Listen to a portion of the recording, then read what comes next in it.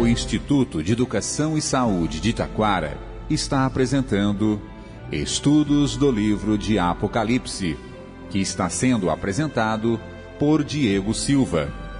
Essas aulas foram ministradas aos alunos do IEST em 2009. Hoje nós vamos estudar Apocalipse capítulo 2. Apocalipse 2, 12 a 17, a igreja de Pérgamo. Pérgamo significa elevado ou exaltado. Nós já estudamos essa semana 2 períodos. O período de Éfeso e Esmirna. O período da igreja apostólica e o período da grande perseguição. E como nós estudamos no livro de Daniel, durante toda a história, Satanás ele teve 2 táticas através das quais ele tentava destruir o povo de Deus: a transigência e a perseguição. E durante os períodos das igrejas de Éfeso e Esmirna, do ano 31 ao ano 323, nós temos 2 períodos de intensa perseguição. O Império Romano não tolerava o cristianismo. Os cristãos não poderiam praticar sua fé de forma legal.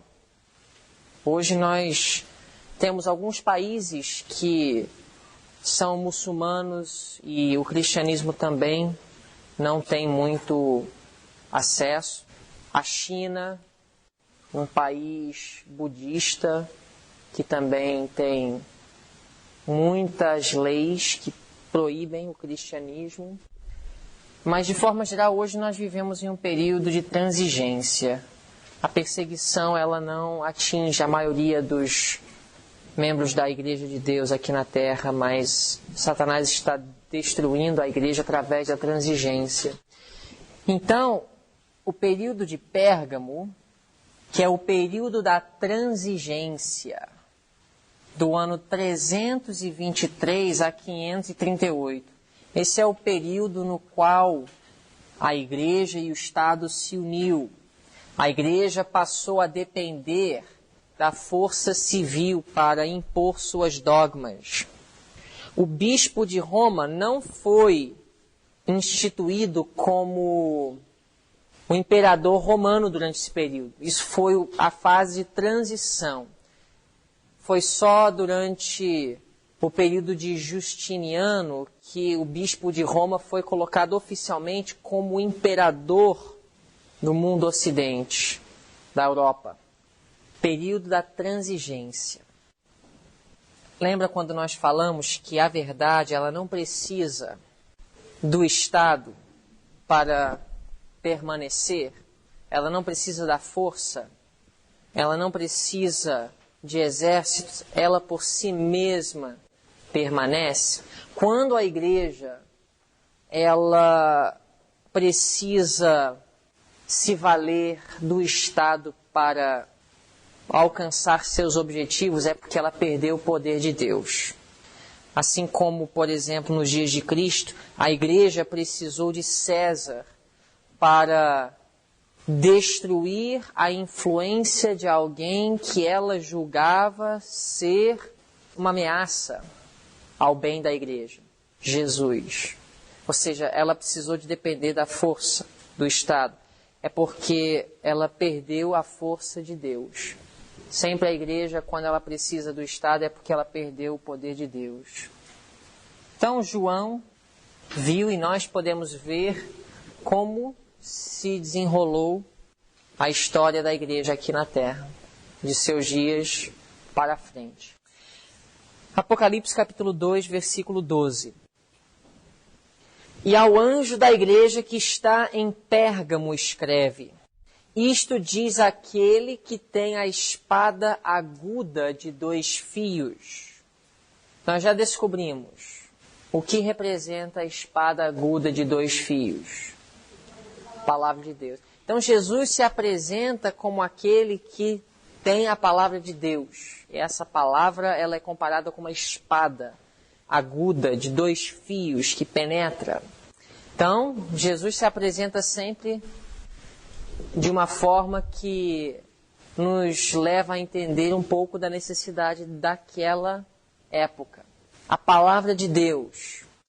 Porque com a transigência vem uma fome espiritual. Com a transigência vem uma fome espiritual. Uma fome da palavra de Deus. Verso 13. Aprovação.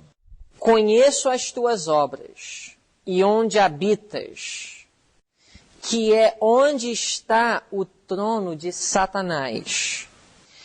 E retens o meu nome, e não negaste a minha fé, ainda nos dias de Antipas, minha fiel testemunha, o qual foi morto entre vós, onde Satanás habita. Essa aprovação não é nem tanto direcionada aos membros da igreja dessa época, não.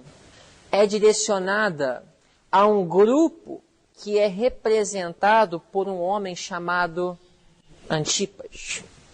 Conheço as tuas obras e onde habitas, que é onde está o trono de Satanás. Compara esse texto com Apocalipse 13, verso 2.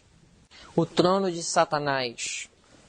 E a besta que vi era semelhante ao leopardo, e os seus pés como os de urso, e a sua boca como a de leão, e o dragão deu-lhe o seu poder, e o seu trono, e grande poderio. Quem é o dragão desse verso? O dragão de Apocalipse 13, 2. O dragão é, comparado com Apocalipse 12, verso 9, e foi precipitado o grande dragão, a antiga serpente, chamada o diabo e Satanás. Então o dragão é quem? Satanás.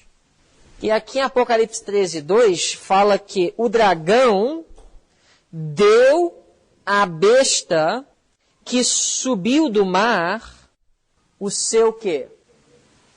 Seu poder e o seu trono.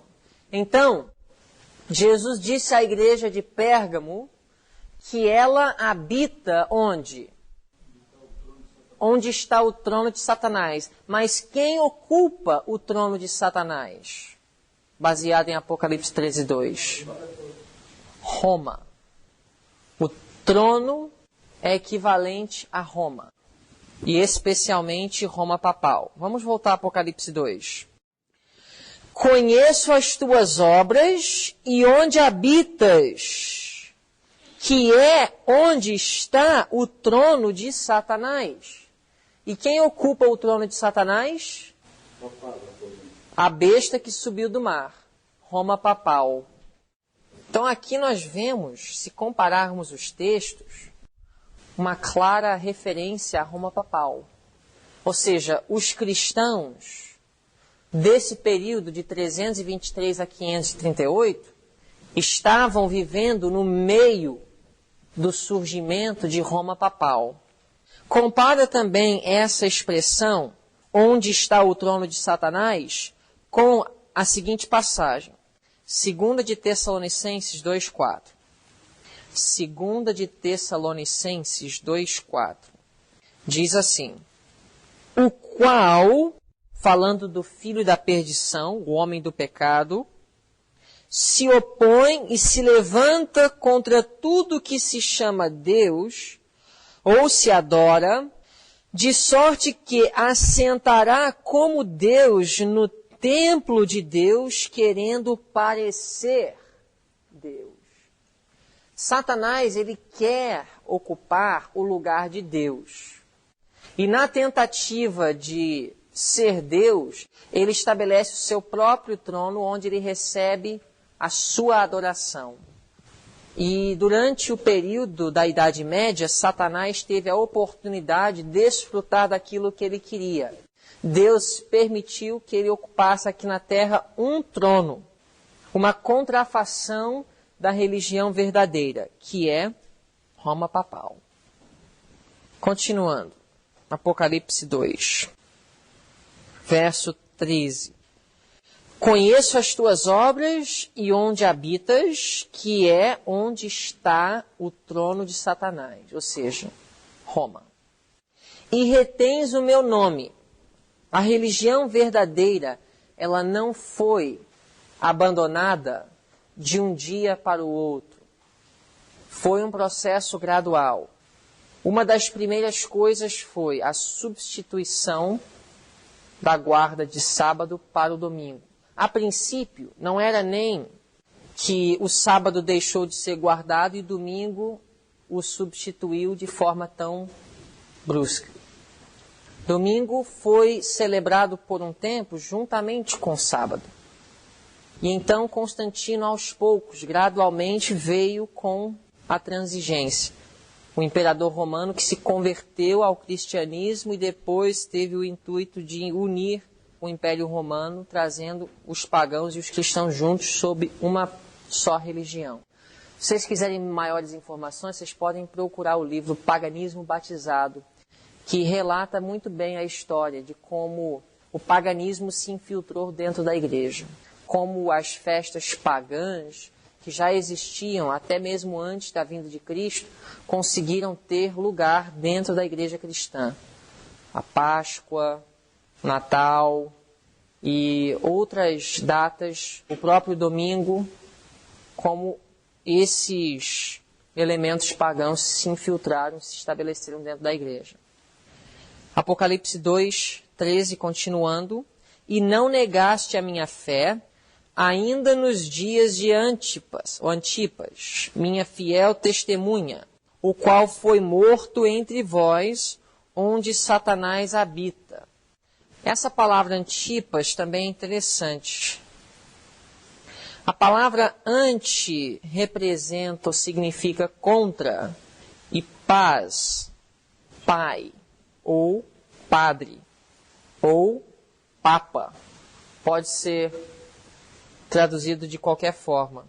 Antipas, não sabemos quem foi, historicamente falando, não temos nenhuma informação sobre ele, mas o nome leva a entender que ele representa aqueles que, durante o período de transigência, não aceitaram os erros pagãos. E por não ter aceitado a apostasia, aqui diz que ele foi morto entre eles, onde Satanás habita. E se você comparar com o período, você vai ver que realmente muitos fiéis que não aceitaram a guarda de domingo e não aceitaram o paganismo batizado dentro da igreja, não aceitaram a transigência, foram chamados fanáticos, foram chamados extremistas, foram considerados inimigos da igreja, foram considerados pessoas desleais à igreja, apesar de que pessoas como Antipas não estavam se levantando contra a igreja, mas sim contra as abominações da igreja, sim contra as heresias que estavam se levantando contra a igreja. E sempre foi, em toda a história da igreja, de Israel até a igreja cristã, muito difícil de distinguir entre os dois. Lealdade à igreja. O que isso realmente significa? Se você estudar o livro de Jeremias, por exemplo, Jeremias, ele era considerado um inimigo da igreja. Mas Jeremias não era um inimigo da igreja, ele era um defensor da igreja. Porque lealdade à igreja é igual à lealdade a Deus. O conceito protestante é o quê? Lealdade a Deus automaticamente torna a pessoa leal à igreja. Notem bem, o conceito protestante, ou seja, o conceito verdadeiro. Lealdade a Deus automaticamente torna a pessoa leal à igreja.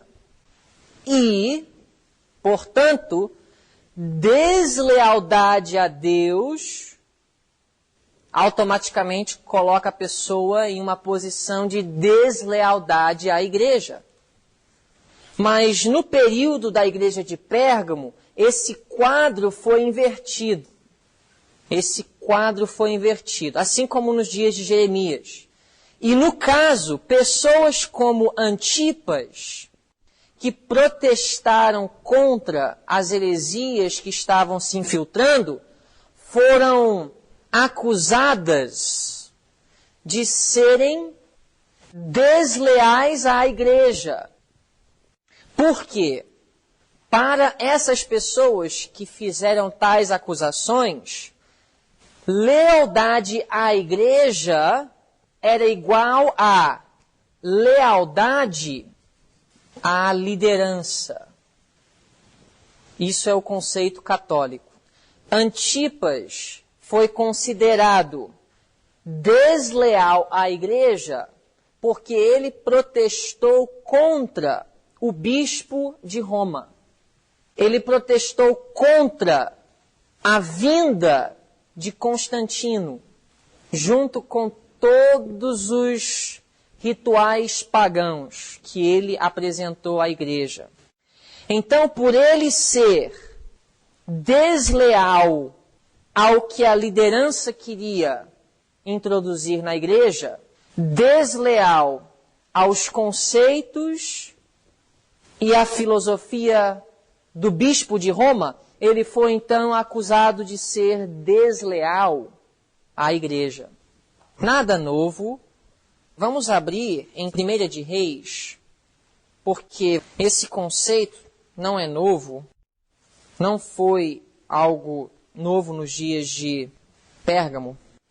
1 de Reis, capítulo 18, verso 17. E sucedeu que, vendo Acabe, rei de Israel, a Elias, disse-lhe: És tu o perturbador de Israel? Na mente de Acabe, o que era um inimigo da igreja? Na mente de Acabe. Na mente de Acabe, um inimigo da igreja era uma pessoa que não aceitava e apoiava o culto a Baal que a liderança da igreja estava promovendo. Se você lê o contexto da história, é isso que nos apresenta. Acabe chega para Elias e fala: Elias, tu és perturbador de Israel. Essa pergunta não foi uma pergunta, não, foi uma declaração, tá? Elias, tu és inimigo da igreja de Deus. Por que ele chegou a essa conclusão? Porque Elias havia demonstrado através de protestos orientados por Deus que ele não concordava com o culto a Baal que estava sendo promovido em Israel. Então, segundo a mente de Acabe, deslealdade à igreja é equivalente a não aceitar o culto que a liderança está promovendo. Agora, vamos ver qual é o conceito de Elias quanto à deslealdade à igreja. Verso 18. Então disse ele: eu não tenho perturbado a Israel, eu não sou inimigo da igreja, mas tu e a casa de teu pai. Então, segundo a mente de Elias, quem era o inimigo da igreja? Acabe. Por que Acabe era inimigo da igreja? Ele explica: porque deixastes os mandamentos do Senhor e seguistes a Baalim. Então, quando Antipas foi considerado desleal, não só Antipas, outros. Antipas é apenas um homem que representa um grupo que viveu na época. Quando Antipas foi acusado de ser um inimigo da igreja, A história apenas estava se repetindo.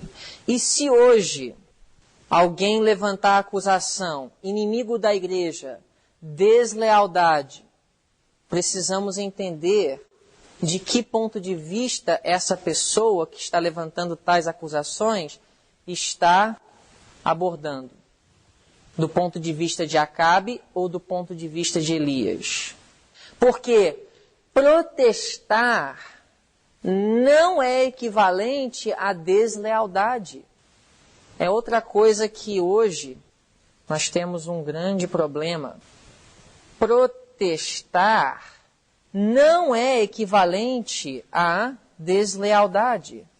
Na realidade, se você estudar o livro Grande Conflito, a irmã White, ela deixa bem claro que não protestar em um momento de crise é considerado por Deus um dos piores crimes contra ele. Neutralidade é covardia. Então, a igreja luterana, a igreja presbiteriana, as igrejas da Reforma Protestante, elas surgiram não da deslealdade, elas surgiram do protesto. Não eram pessoas rebeldes, pessoas indisciplinadas e pessoas que estavam comprando briga com a liderança católica que surgiram e levantaram novas igrejas e um novo movimento. Não. A igreja protestante, ou o movimento da Reforma Protestante, nasceu desse princípio de protestar. Não protestar por protestar, mas protestar contra o erro. E, tem mais, a igreja adventista do sétimo dia também nasceu do protestantismo. Porque com o tempo o protestantismo foi esfriando, não cresceu e seguiu a luz que Deus queria continuar dando.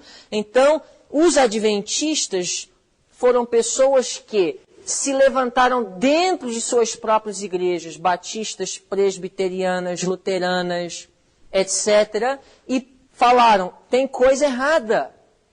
A voz da profecia está clamando e nós não estamos ouvindo. Todos os adventistas foram protestantes.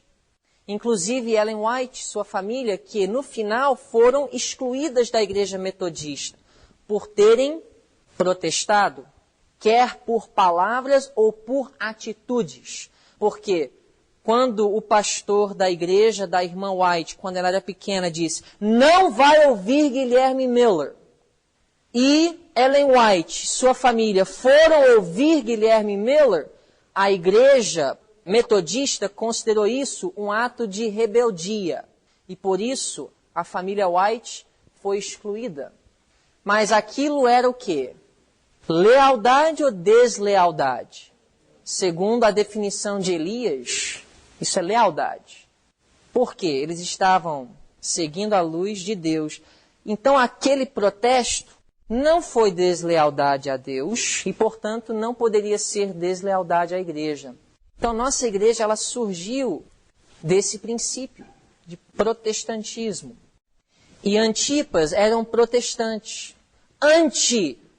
Contra paz, ou padre, ou bispo, ou papa.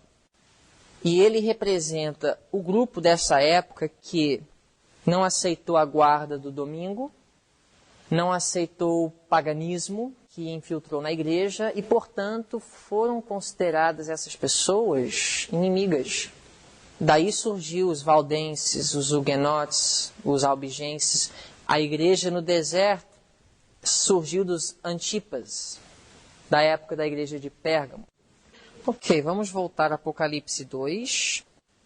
Estamos agora no verso 14.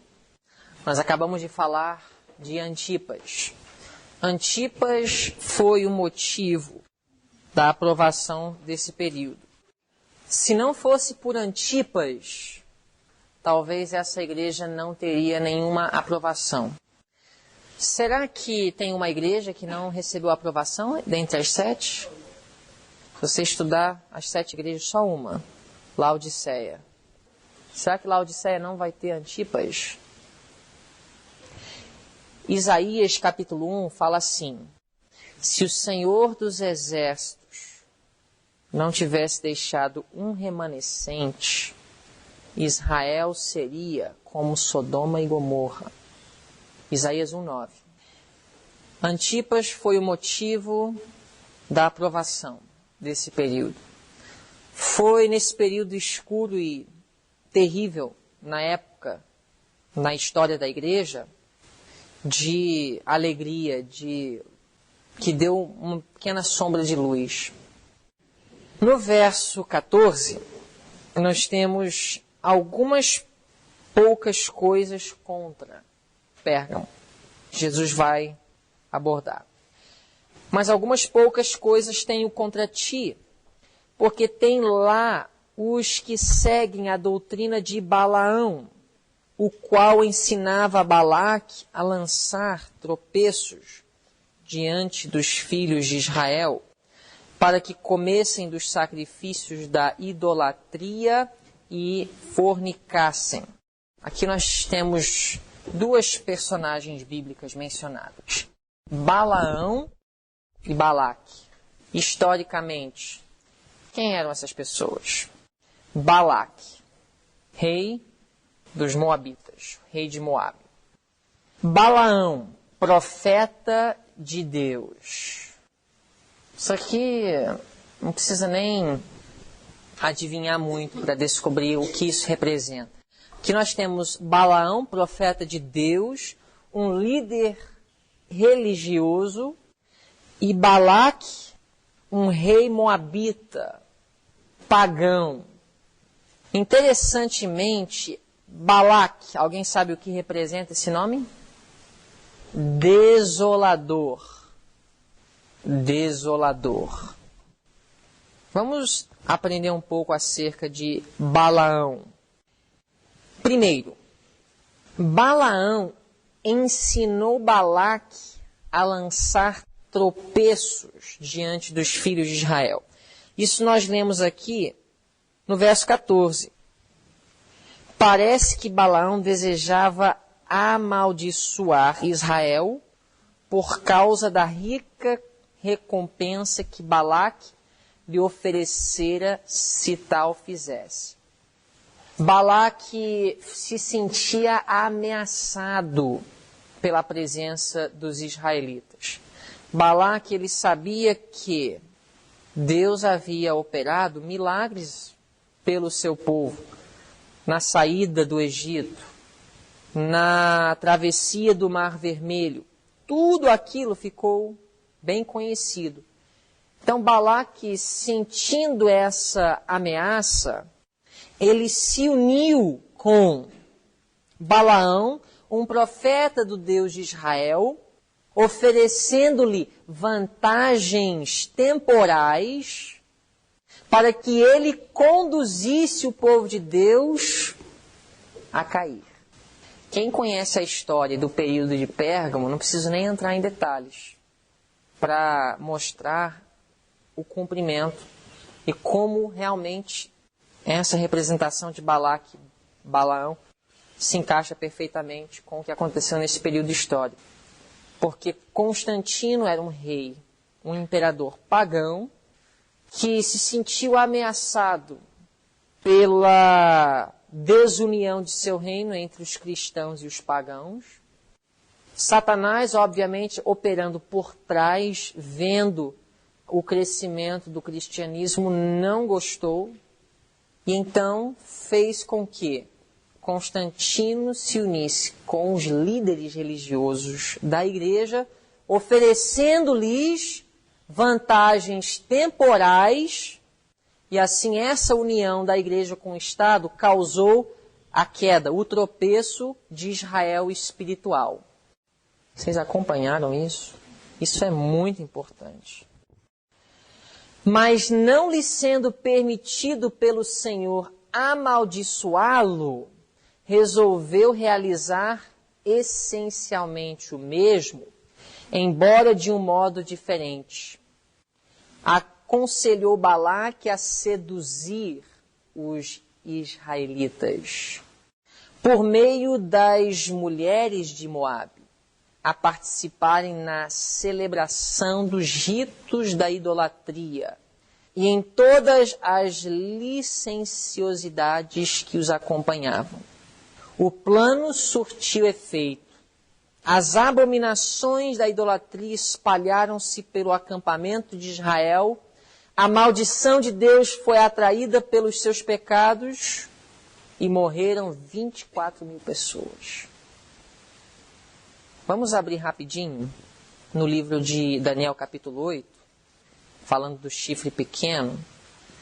Diz algo que talvez a gente passou um pouco por alto na aula de Daniel, que agora seria relevante reforçar. Verso 24, capítulo 8.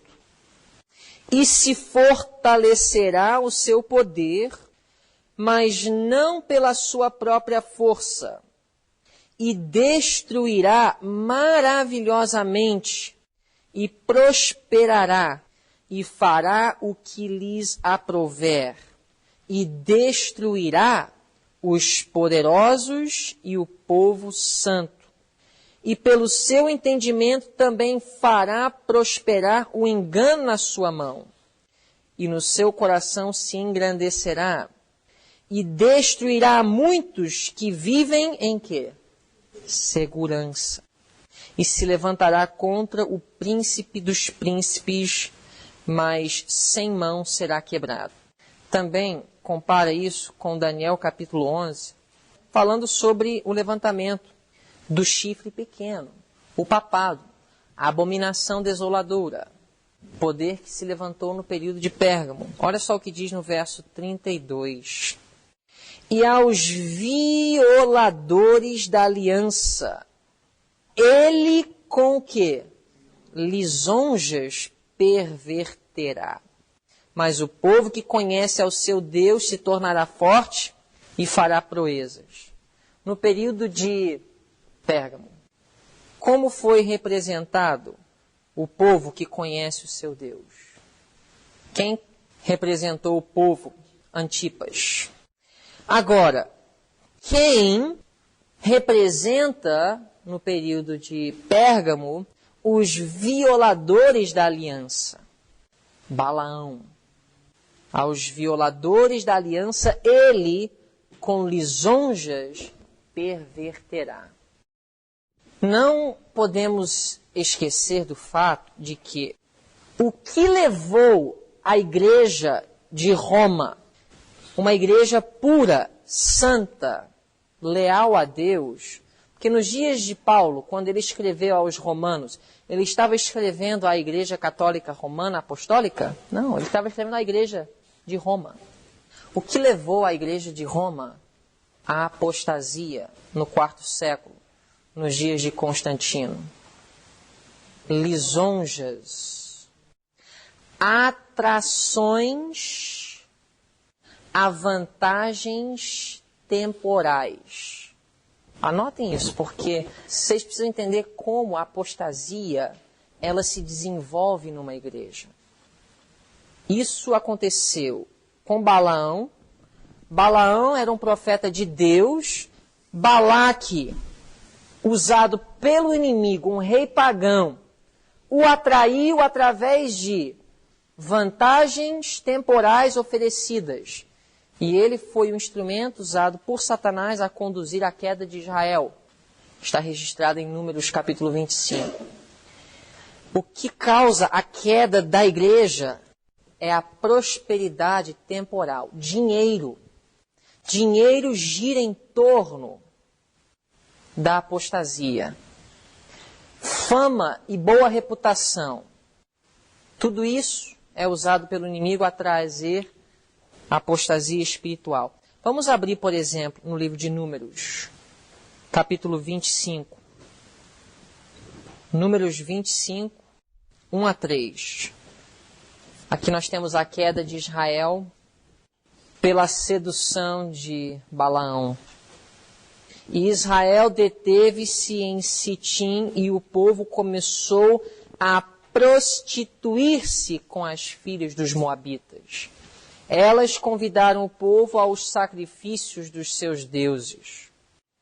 E o povo comeu e inclinou-se aos seus deuses.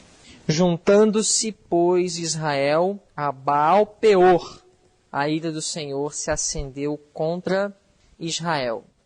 Agora, abramos em Números 31, verso 14, descrevendo essa mesma cena. E indignou-se Moisés grandemente contra os oficiais do exército, capitães dos milhares e capitães das centenas que vinham do serviço de guerra. E Moisés disse-lhes: deixastes viver todas as mulheres? E eis que estas foram as que, por conselho de Balaão, deram ocasião aos filhos de Israel de transgredir contra o Senhor, no caso de Peor. Por isso houve aquela praga entre a congregação do Senhor. E agora vamos para Deuteronômio 7:25, ainda no mesmo assunto. A apostasia de Baal-peor pela influência de Balaão, que foi atraído por Balaque. Deuteronômio 7:25. Eu queria que nós frisássemos uma palavra, porque se nós tivéssemos uma palavra para descrever Balaão, seria essa aqui. As imagens de escultura de seus deuses queimarás a fogo. A prata e o ouro que estão sobre elas não cobiçarás, nem os tomarás para ti, para que não te enlaces neles, pois abominação é ao Senhor teu Deus. Se você comparar a palavra idolatria no Antigo Testamento, você vai ver que o que é idolatria para Deus, nada mais, nada menos que abominação. Um culto falso. Salmo 106, 28. Só mais um texto falando de Balaão. Salmo 106, 28. Também se juntaram com Baal-peor e comeram os sacrifícios dos mortos. Idolatria e espiritismo estavam relacionados com Balaão. Isso é muito interessante. Mas se nós fôssemos resumir em uma palavra, seria abominação. Mas acabamos de ler, se foi muito rápido, depois vocês pegam esses textos e leem novamente. Idolatria e espiritismo são as duas doutrinas de Balaão. E Deus, ele resume em uma só palavra, abominação. Agora, é interessante, então, ajuntar Balaão e Balaque, e nós temos o quê? A abominação desoladora. A palavra abominação está sempre relacionada com a parte religiosa. E a desoladora, a parte política. A união do Estado e a Igreja. Balaão e Balaque. Um objetivo, inspirado por Satanás, destruir a fé dos santos, destruir o arraial de Israel. Mais alguns textos que vocês quiserem anotar, 2 de Pedro 2,15 fala sobre Balaão, e também Judas 11. Em 2 de Pedro e Judas 11, são aquelas duas epístolas que eu já mencionei para vocês, foram escritas com o propósito de minar a doutrina dos nicolaítas, ou seja, Balaão está relacionado com nicolaíta, no sentido que, nesses contextos de Judas e 2 de Pedro, Balaão é mencionado mais pela motivação de suas falsas doutrinas, que era lucro temporal. Então Pedro e Judas, quando eles alertam a respeito dos falsos mestres, falsos profetas e ensinadores de sua época, eles usam o exemplo de Balaão, que seduziu o povo de Deus com falsos ensinamentos também. Então comparem. Não é apenas a falsa doutrina de Balaão, mas é o motivo por trás de ter apresentado falsas doutrinas. E qual era? Lucro temporal. E não foi isso o que estava por trás de indulgências? Alguém aqui já estudou sobre indulgências? Alguém aqui já realmente entendeu a corrupção do catolicismo? É tudo em volta de dinheiro. E se você vê hoje Babilônia, eu não estou falando dos sinceros, porque Deus tem muitos sinceros em Babilônia, mas é um sistema corrupto. Muitas igrejas se abrem por aí porque o líder religioso está atrás de dinheiro. A Igreja Universal, uma das filhas maiores de Babilônia aqui no Brasil, é uma igreja estabelecida com esse objetivo. É o espírito de Balaão, manter o povo no erro, mas ainda desembolsando o quê? Dinheiro.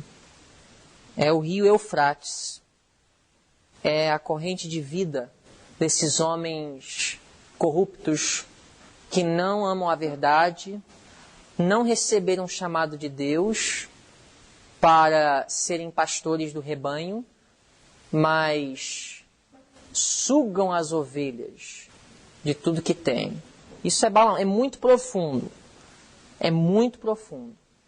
O catolicismo é um sistema satânico. Satanás, o objetivo dele é destruir a igreja e manter o povo de Deus na ignorância. Mas o homem que é usado por Satanás, o objetivo dele é lucro temporal, pessoal. Então Satanás ele alcança os seus objetivos se valendo do egoísmo dos homens.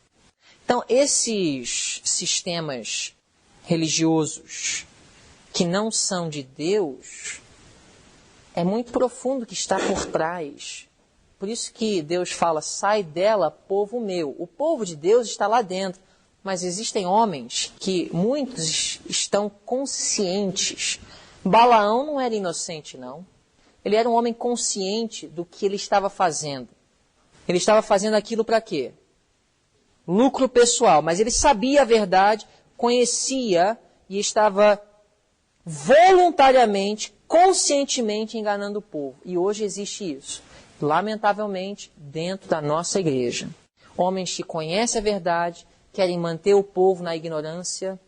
Não é interessante traduzir determinados livros para o português para que o povo conheça determinadas verdades, mas o objetivo final é continuar com seu emprego, benefícios e comodidade. Esse é o espírito de Balaão. Não que nossa igreja seja Babilônia, mas o espírito de Babilônia hoje se infiltrou dentro dela de forma poderosa. O rei do norte dentro da terra gloriosa. É uma realidade. Esse é o espírito de Balaão. Um homem que tem consciência do que está fazendo, mas quer manter o povo na ignorância e conduzir no erro, porque no final haverá bênçãos temporais para si. Muito sério. Vamos voltar a Apocalipse 2. Apocalipse capítulo 2, versículo 15. Assim tens também os que seguem a doutrina dos nicolaítas, o que eu odeio. Quando falando sobre o período de Éfeso, ele falou das obras dos nicolaítas, que o período apostólico a igreja tinha evitado e rejeitado, recusado. Mas aqui no período de Pérgamo, o que acontece? Agora tens também os que seguem a doutrina dos nicolaítas, o que eu odeio. Nós já falamos sobre os nicolaítas e não vou entrar em detalhe. A doutrina dos nicolaítas é a doutrina pé que vive. Só você confirmar com o comentário de Ellen White sobre Judas, ela menciona os nicolaítas e era uma doutrina que prometia liberdade, mas eles mesmos eram servos da corrupção. Mais uma vez, com o espírito de Balaão. Se você estudar Judas e 2 de Pedro, você vai ver que essa doutrina dos nicolaítas estava diretamente relacionado com o espírito de Balaão. O espírito de Balaão é o quê? O espírito de enganar o povo conscientemente com o fim de se aproveitar ou se beneficiar temporalmente. Não é isso que aconteceu com Balaão? Esse é o espírito de Balaão. Olha, existem muitos homens sinceros, pastores, da Assembleia, pastores pentecostais, que são sinceros. E eles estão pregando heresia a cada domingo porque realmente não sabem, não conhecem a verdade. Eu já conheci homens assim. Mas, irmãos, tem homens que conhecem a verdade e estão ainda voluntariamente enganando o povo. Por quê? Não querem perder suas vantagens temporais. Este é o espírito de Balaão. E é interessante porque quando estudamos a história de Balaão, quantos estão tão prontos a condenar Balaão? Eu já vi bons sermões pregados sobre Balaão. Mas, às vezes, a gente sabe olhar para trás e ver e condenar os erros, igual Israel no deserto. Murmuração e reclamação, e a gente pronto a condenar, quando muitas vezes nós não manifestamos melhor fé em nossas próprias vidas. Ou igual os fariseus e saduceus que olhavam para os dias de Jeremias e diziam: se nós vivêssemos nos dias dos pais, nós não mataríamos o profeta. Apesar deles estarem aí, naquele momento, já planejando como matar o próprio Filho de Deus. Verso 16. Agora nós temos o remédio. Arrepende-te, pois, quando não, em breve virei a ti, e contra eles batalharei com a espada da minha boca. Qual é o remédio para a igreja de Pérgamo? A palavra de Deus, a espada do Espírito. Agora, arrepende-te. Arrepende-te. Interprete. Arrepende-te. O que seria arrepende-te? Não segue a doutrina de Balaão e não segue a doutrina dos nicolaítas.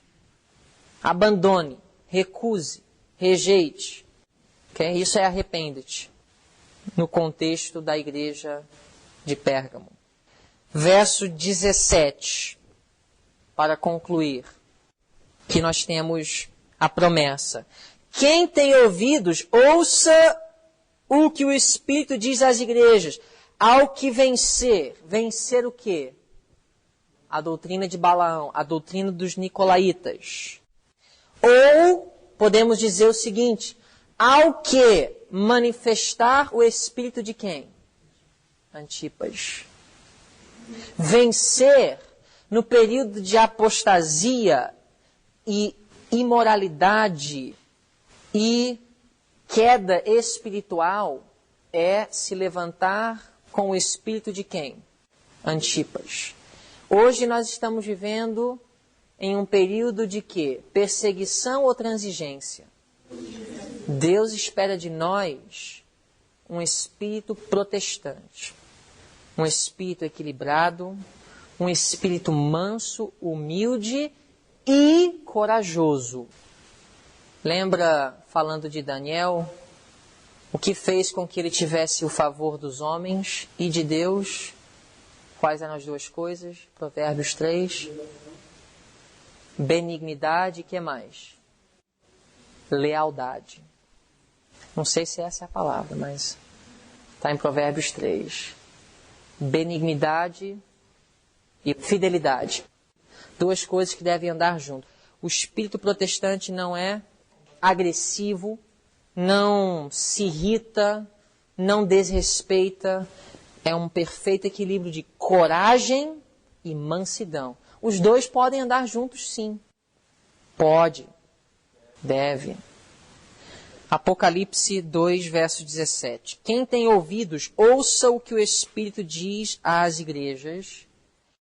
Ao que vencer, darei a comer do maná escondido, e dar-lhe-ei uma pedra branca, e na pedra um novo nome escrito, o qual ninguém conhece, senão aquele que o recebe. Não podemos terminar sem falar a respeito do maná escondido. É muito relevante à luz do estudo da igreja de Pérgamo. O que é o maná escondido? Maná foi dado a quem? Israel. Onde? No deserto. Vocês podem procurar isso em Deuteronômio 8, 2, 3, 15, 16, Deuteronômio capítulo 8. Vamos ler juntos. Isso é muito importante. O maná foi dado à igreja no deserto. Porque Israel é a igreja, né? Segura o dedo rapidinho em Deuteronômio. Rapidinho. Só para a gente provar que Israel, até mesmo no Antigo Testamento, Israel literal era igreja. Segura o dedo em Deuteronômio e vamos para Atos 7. Fugindo do plano, mas não do assunto. Vocês vão gostar. Atos 7. Vamos encontrar aqui. Verso 37, 38. Este é aquele Moisés que disse aos filhos de Israel: O Senhor vosso Deus vos levantará dentre vossos irmãos um profeta como eu. A ele ouvireis. Este é o que esteve entre a... Está vendo a próxima palavra? Congregação. Essa palavra congregação vem da palavra grega eclísia, que é traduzida para o português igreja, traduzida para o espanhol iglesia, traduzida para o francês iglês. A palavra congregação aqui é traduzida do grego para o português da palavra eclísia. Interessante, no inglês não é congregação não, é church, que é a palavra comum no inglês de igreja. Então aqui, Estevão, ele se refere a Israel como o quê? A igreja no deserto. Agora vamos para Deuteronômio 8. Aqui Moisés está falando à igreja no deserto. Diz assim, no verso 2. E te lembrarás de todo o caminho pelo qual o Senhor teu Deus te guiou no deserto estes 40 anos, para te humilhar e te provar, para saber o que estava no teu coração, e se guardarias os seus mandamentos ou não. E te humilhou, e te deixou ter fome, e te sustentou com o quê? O maná. Que tu não conheceste, nem tu nem os teus pais, para te dar a entender que o homem não viverá só de pão, mas de tudo que sai da boca do Senhor viverá o homem. Então o maná é o alimento da igreja no deserto. Isso historicamente falando, não estou fazendo aplicação ainda não. O maná, antigamente, era o alimento da igreja no deserto.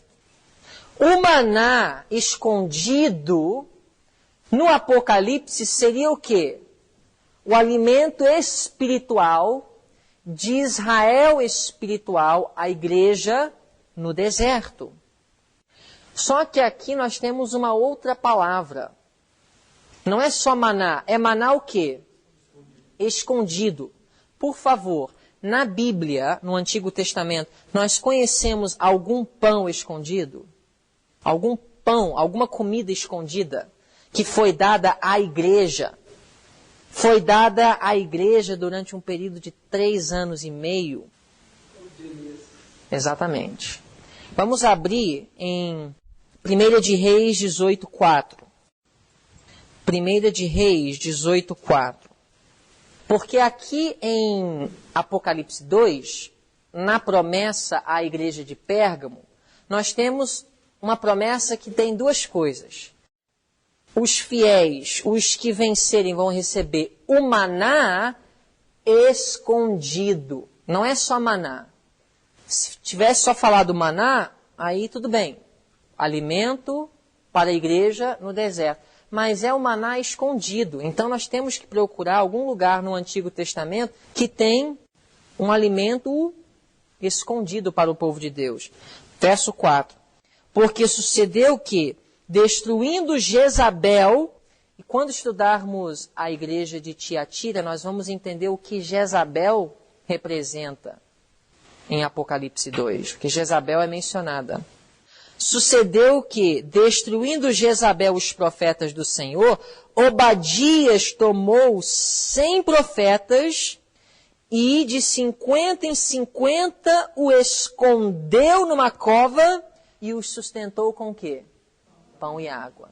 Então aqui nós temos, aí você depois compara esse texto com Tiago 5, que fala o quê? Que o período em que eles ficaram escondidos foi 3 anos e meio, 1260 dias literais, que os fiéis de Deus, nos dias de Jezabel, receberam pão escondido. Pedra branca, vocês vão descobrir lendo o livro de Urias Smith, que o tempo esgotou. Mas só procurar a seção no capítulo que fala sobre as 7 igrejas, Pedra branca, ele tem uma explicação boa para vocês. A promessa. Ele fala sobre a pedra branca. Agora nós vamos rapidamente fazer um resumo da igreja de Tiatira, a terceira igreja de Pérgamo. Acabamos de terminar e agora a quarta igreja, o quarto período profético, colocado aqui no capítulo 2 de Apocalipse, dos versos 18 a 29, Tiatira. Vamos ler então o versículo 18, que diz: E ao anjo da igreja de Tiatira escreve: Isto diz o Filho de Deus, que tem seus olhos como chama de fogo e os pés semelhantes ao latão reluzente. Este período representa a Idade Média, período de 538 a 1798, o período de 1260 dias proféticos, mencionados em Daniel capítulo 7 e também Apocalipse 12. A palavra Tiatira significa odor de aflição. O povo de Deus sofreu grandemente durante esse período. E Jesus se apresenta a essa igreja de acordo com a sua necessidade. Filho de Deus. Isto diz o Filho de Deus, que tem seus olhos como chama de fogo. Jesus se apresenta como Filho de Deus porque ele estava competindo com outro agente durante esse período para obter esse título. Ou seja, havia um inimigo que estava usurpando as atribuições do Filho de Deus durante o período representado pela igreja de Tiatira. Jesus é apresentado como aquele que tinha os olhos como chama de fogo, porque ele penetra os segredos da alma. Seus pés semelhantes ao latão reluzente, representando aquele que foi perseguido, e seu povo, seus santos, durante esse período, também estavam passando por sofrimentos parecidos com o dele. Capítulo 2, versículo 19, Jesus continua dizendo: Eu conheço as tuas obras, e o teu amor, e o teu serviço, e a tua fé, e a tua paciência, e que as tuas últimas obras são mais do que as primeiras. Verso 20, Mas tenho contra ti que toleras Jezabel, mulher que se diz profetiza, ensinar e enganar os meus servos, para que se prostituam e comam dos sacrifícios da idolatria. E dei-lhe tempo para que se arrependesse da sua prostituição, e não se arrependeu. Vamos falar sobre Jezabel. 1 de Reis, capítulo 16, verso 31, fala de Jezabel. Ela servia e adorava a Baal e ela conduziu o povo de Deus na adoração de Baal. 1 Reis, capítulo 18, verso 4, também apresenta Jezabel como perseguidora do povo fiel de Deus. Em 1 de Reis, capítulo 21, versos 7 a 11, Jezabel enviou cartas em nome do Deus do céu, dando ordens para matar os servos fiéis de Deus. Como nós sabemos, fornicação na profecia representa a mistura da fidelidade e da infidelidade. E agora vamos analisar aqui o verso 21, que diz: "E dei-lhe tempo para que se arrependesse da sua prostituição."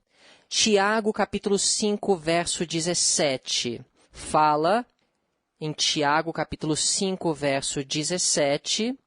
"Elias era homem sujeito às mesmas paixões que nós, e orando, pediu que não chovesse e, por 3 anos e 6 meses, não choveu sobre a terra."